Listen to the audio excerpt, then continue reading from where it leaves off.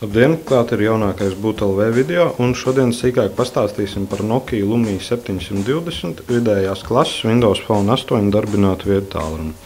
Tātad iesākumā, ko mēs saņemsim komplektā ar ierīci?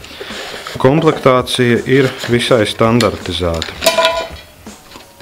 Tā, redzam, lādētājs, datu kabelis, parastās nevis inieru mikrofona austiņas, kā arī rīks simkartes izņemšanai. Par pašu telefonu. Kā jau minēju, tas ir vidējās klases, taču tam ir arī savi būtiski plusi.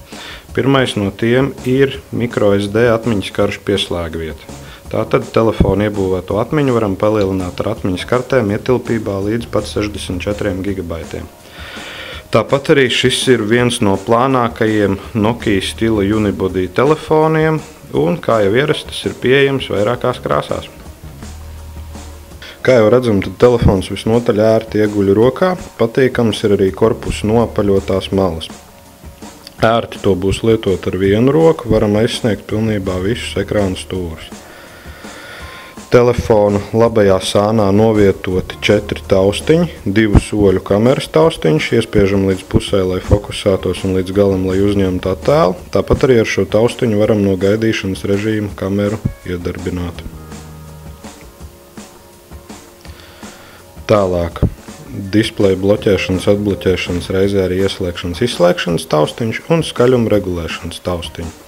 Augšpusē mikrofona austiņu pieslēgvieta, simkartes vieta, kreisajā sānā atmiņas karšu pieslēgvieta. Telefona apakšā micro USB pieslēgvieta.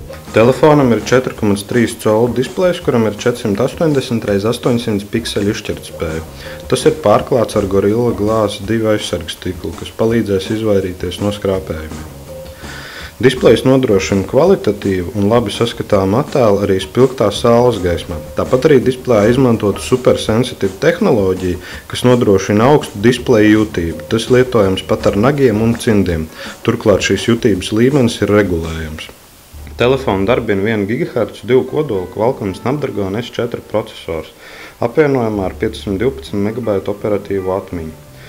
Kā jau redzams, nav paši jaudīgākie dzelži, taču nav arī paši vājākie, un šeit no arī izpaužās Windows Phone maģija, ka operētāja sistēma darbojas vienlīdz pludani gan uz sērijas jaudīgākās ierīces, gan arī uz mazāk jaudīgiem produktiem. Ja nu ir kādi brīži, kad ierīcei ilgāk jāpadomā, tie tiek izdēļoti ar animācijām, kas nu nebūtu nerada bremzēšanas sajūtu. Priekšpusē novietot 1,3 megapikseli kamera, savukārt aizmugurē 6 megapikseli. Tā nodrošina labas kvalitātes attēlus arī vājos apgaismojuma apstākļos. Iekļaut arī Smart Shoot aplikāciju, kas automātiski uzņem vairākus attēlus un ļauj izdēst traucējošus objektus, kā arī pielāgot cilvēku sejas no dažādiem attēliem, palīdzot izvairīties no situācijām, kad kopbildē kādam ir aizvērtas acis. Turpinot par aplikācijām, jāpiemina Here servisi, kas ir būtisks bonus jau dzelžu ziņā visnotaļ patīkamajam telefonam. Here Drive ir pilnvērtīga turn-by-turn navigācijas sistēma ar iespēju saglabāt kartes ierīcē. Tādējādi braukšanas laikā nepieciešams vien GPS savienojums un netiks patērēti dati.